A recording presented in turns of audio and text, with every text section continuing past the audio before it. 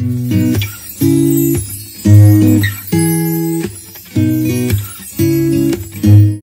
jumpa kembali Bapak Ibu dan Saudara-saudara. Kita masih di pertengahan bulan Februari dan hujan masih turun terus-menerus, udara masih cukup dingin. Tetapi jangan sampai hati kita menjadi beku dan dingin karena kesusahan hidup. Memang kita rasakan ibu-ibu terutama ya, mau cari sayur saja tidak ada yang bagus, susah sekali dengan banyaknya hujan seperti ini. Tapi janganlah itu membuat semangat kita untuk menerima berkat kehidupan menjadi kendor. Walaupun demikian, kita akan tetap menjalani dengan kesabaran yang Tuhan berikan, supaya kita selalu mawas diri. Kita bersama akan mendasari firman Tuhan dari kitab 1 Raja-Raja pasalnya yang ke-11, mulai ayat 26 sampai 40, tentang bagaimana kesabaran Tuhan terhadap Salomo. 1 Raja-Raja pasal 11 ayat 26 sampai dengan 40. Mari kita akan bersama-sama berdoa. Bapa di surga, kami bersyukur Engkau Allah yang baik, penuh kasih, penuh kesabaran, penuh dengan dedikasi untuk menuntun kami menikmati kehidupan hari lepas hari di dalam kebenaran dan kasih karunia-Mu.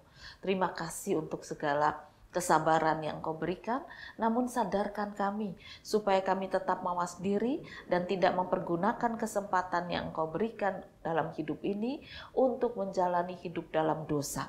Melainkan setiap waktu yang Engkau beri akan kami jalani dalam kehidupan melalui kebenaran firman Tuhan. Kuasai kami dengan Roh Kudus dan berfirmanlah ya Tuhan. Doa ini kami pintakan dalam nama Tuhan Yesus Kristus. Amin. Juga Yerobeam bin Nebat, seorang Efraim dari Zereda, seorang pegawai Salomo, nama ibunya Zerua, seorang janda, memberontak terhadap raja. Inilah alasannya, mengapa ia memberontak terhadap raja. Salomo mendirikan Milo, dan ia menutup tembusan tembok kota Daud, ayahnya. Yerobeam adalah seorang tangkas. Ketika Salomo melihat bahwa orang muda itu seorang yang rajin bekerja, maka ditempatkannyalah dia mengawasi semua pekerja wajib dari keturunan Yusuf. Pada waktu itu, ketika Yerobeam keluar dari Yerusalem, Nabi Ahia, orang Silo itu, mendatangi dia di jalan dengan berselubungkan kain baru. Dan hanya mereka berdua ada di padang.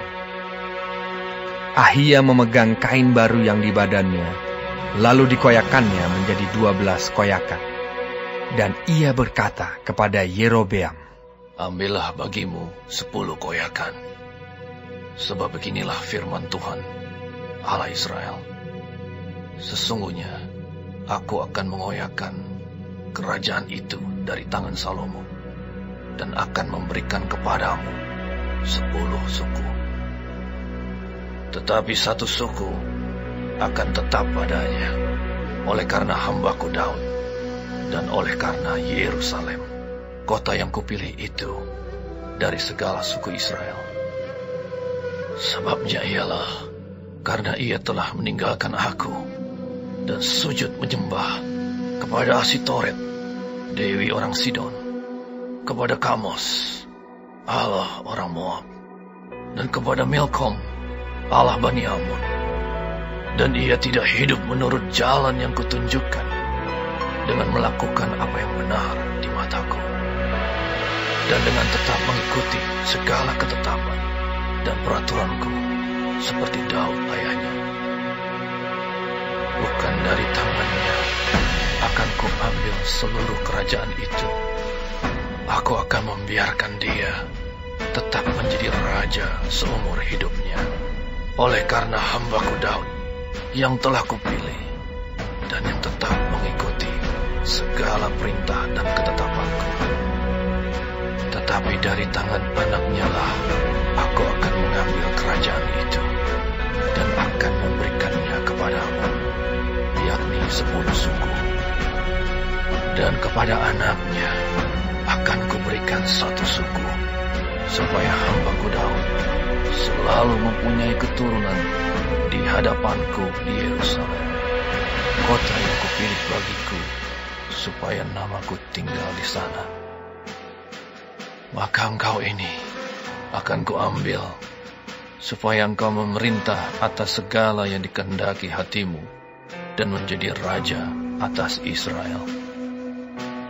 Dan jika engkau mendengarkan segala yang kuperintahkan kepadamu, dan hidup menurut jalan yang kutunjukkan, dan melakukan apa yang benar di mataku, dengan tetap mengikuti segala ketetapan dan perintahku, seperti yang telah dilakukan oleh hambaku Daud, maka aku akan menyertai engkau, dan akan membangunkan bagimu suatu keluarga yang teguh, seperti yang kubangunkan bagi Daud, dan aku akan memberikan orang Israel kepadamu. Dan untuk itu, aku akan merendahkan keturunan Daud, tetapi bukan untuk selamanya. Lalu Salomo berikhtiar membunuh Yerobeam, tetapi Yerobeam bangkit dan melarikan diri ke Mesir, kepada Sisak, raja Mesir, dan di Mesirlah ia tinggal sampai Salomo mati. Bapak, Ibu, dan saudara-saudara, kita membaca bagian firman Tuhan tentang Salomo. Pada awalnya Salomo adalah kesayangan Tuhan. Setelah Daud, ayahnya turun tahta, lalu Salomo naik tahta, dan saat itu dia masih muda, ditanya minta apa, Salomo mengatakan tidak minta harta, tidak minta kerajaan lain, tidak minta kekayaan dunia, tetapi satu yang dia minta, hikmat Tuhan. Hikmat. Bagaimana dia harus memimpin warga jemaat yang besar, masyarakat yang besar, dan dia merasa dia masih muda, kurang pengalaman. Oleh karena itu dia meminta pertolongan Tuhan bersama dengan dia memimpin umat Israel. Nah, Bapak, Ibu, dan saudara-saudara, Tuhan memandang sangat baik permintaan Salomo ini. Oleh karena itu dia menambahkan bukan cuma hikmat tetapi juga kekayaan. Dan Salomo merasakan kasih sayang Tuhan itu tidak mewaspadai dirinya, tetapi dia kemudian terjebak dalam dosa. Terutama dalam dosa jatuh cinta kepada para wanita-wanita cantik. Kalau itu saja masih di kalangan umat Israel mungkin masih bisa dimaafkan.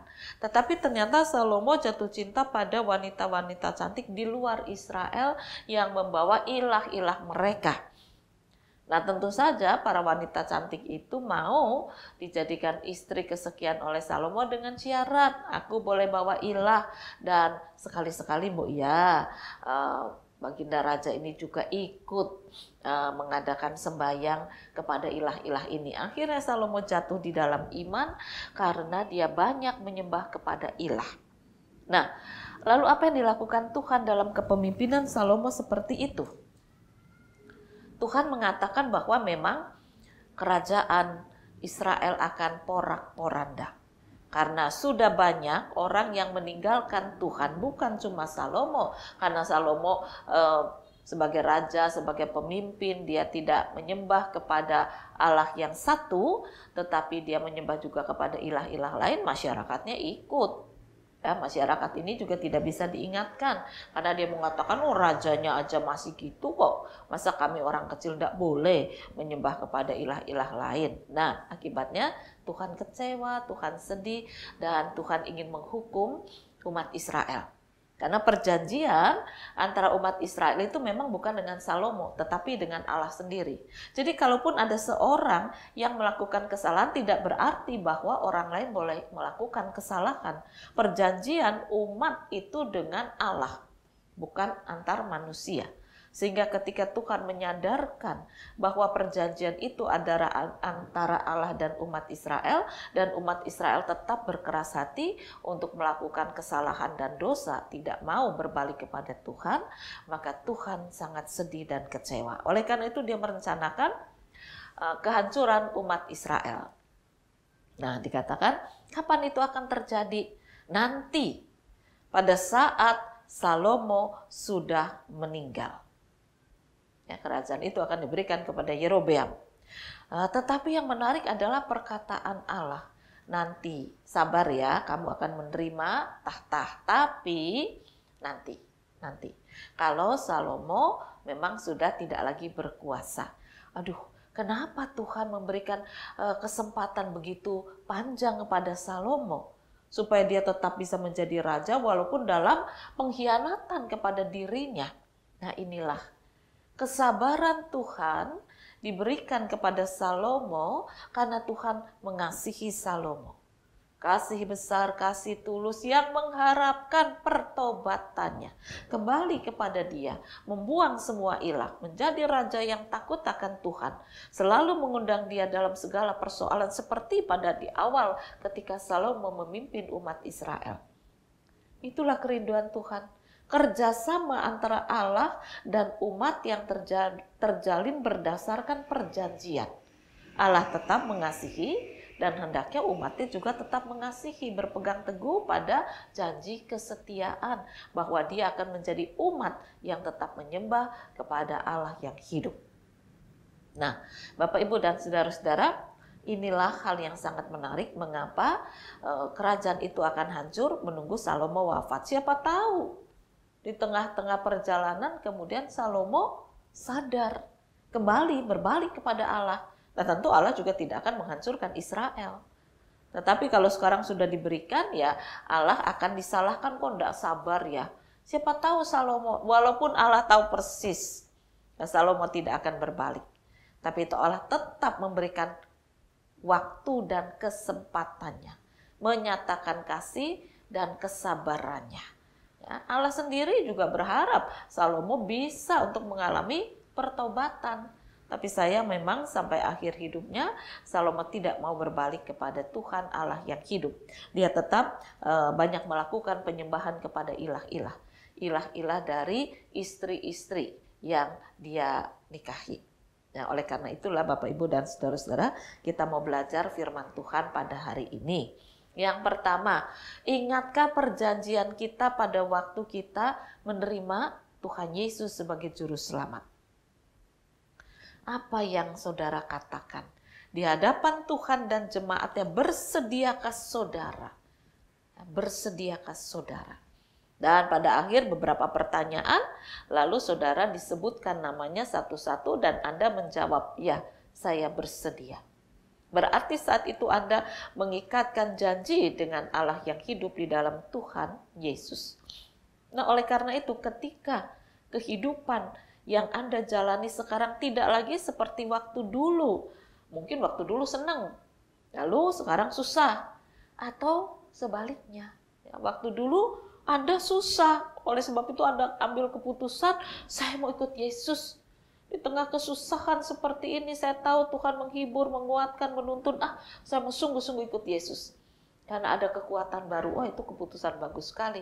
Tapi setelah sekarang menjadi senang, berkat berlimpah, lalu masih ingatkah perjanjian kita dengan Tuhan Allah? Apa yang pernah saudara janjikan? Bahwa Anda akan tetap setia. Cuma Allah yang hidup di dalam Yesus yang menjadi Tuhan Allah kita satu-satunya. Bukan Mormon, bukan dunia, bukan harta benda, bukan jabatan, bukan tahta, bukan kemewahan, tetapi Allah yang hidup dalam Yesus sebagai juru selamat. Nah, apakah kita masih berpegang teguh kepada perjanjian iman kita itu?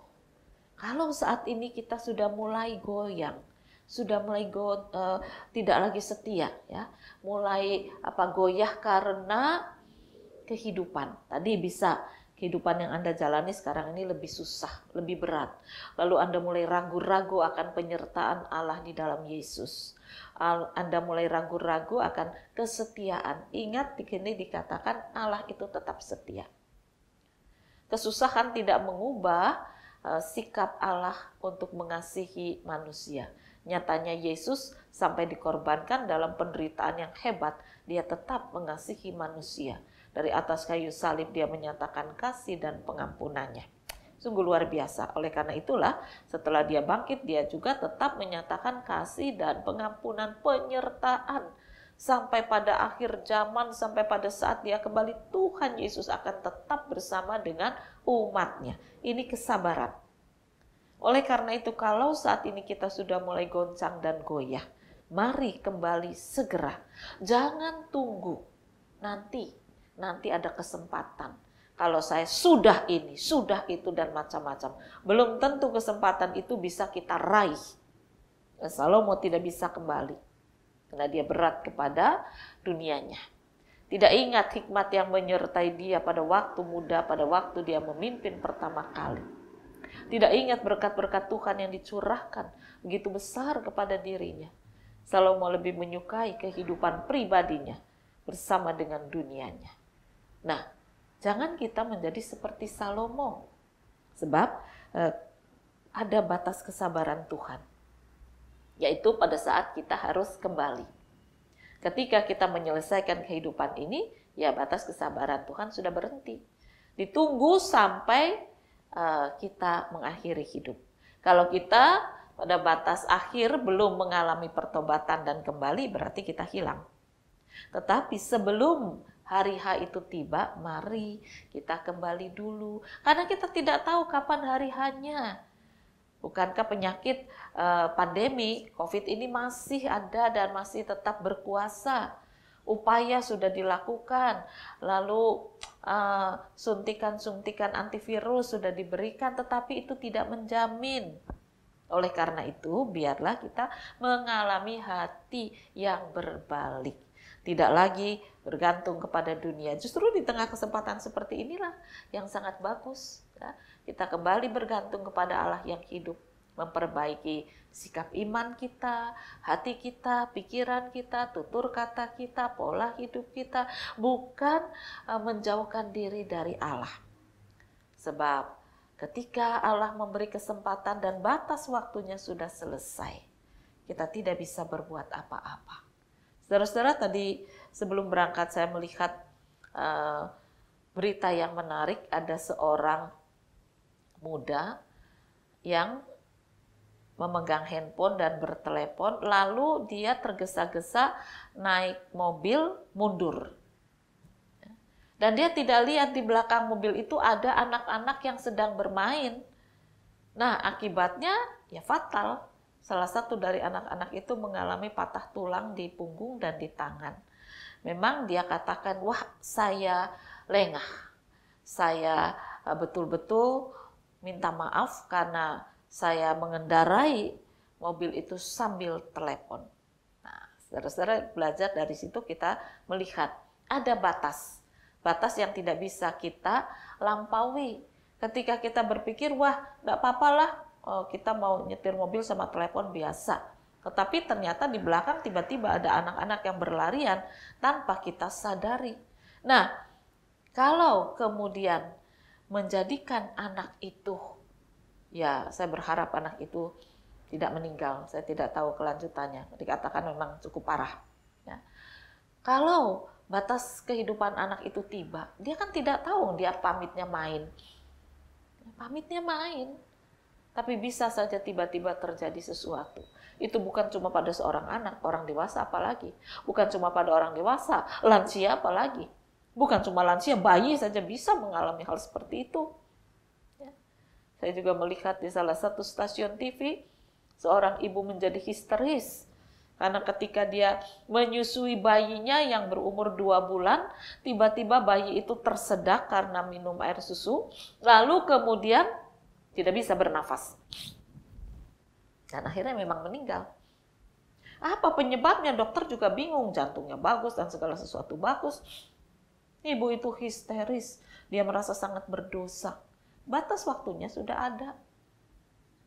Nah, kalau batas waktu itu tiba, apakah kesabaran Tuhan sudah kita manfaatkan? Jangan berpikir hari esok masih ada. Anggaplah hari ini hari terakhir hidup kita, mari kita mengalami pertobatan, kembali kepada Tuhan, ubahlah sikap hidup kita dari jahat menjadi baik. Kalau besok masih bisa menikmati kehidupan anugerah Tuhan, tetap kita katakan, aku akan kembali kepada Tuhan. Hari ini, hari baru yang dijadikan Tuhan. Aku menjalaninya dalam pembaharuan karya kebangkitan Kristus. Ingatlah, Ada batas kesabaran Tuhan. Selamat berjuang, Tuhan memberkati firman-Nya. Amin. Mari kembali kita akan berdoa. Tuhan Yesus, ajarkan pada kami, di tengah kehidupan yang harus kami tempuh ini, biarlah kami menyadari hari-hari kehidupan yang Engkau anugerahkan akan ada batasnya. Oleh karena itu, biarlah setiap saat, setiap waktu kehidupan kami tetap berada di jalan Tuhan. Kalaupun kami sudah lari dari Tuhan, kembalikan kami. Ingatkan supaya kami mau kembali, berbalik dari kejahatan pada kehidupan yang sudah Engkau tebus di dalam Tuhan Yesus. Dan dengan demikian, kami akan tetap hidup hari lepas hari di dalam kasih karunia Allah. Ingatkan pada kami peristiwa Salomo. Dunia membuat dia senang, tetapi dia hancur masuk dalam kehidupan gelap. Buatlah kami jangan meneladan sikap yang tidak benar itu. Kami akan tetap hidup di dalam susah ataupun senang bersama dengan Engkau yang sudah membangkitkan kami. Inilah kerinduan kami dalam nama Tuhan Yesus Kristus. Amin.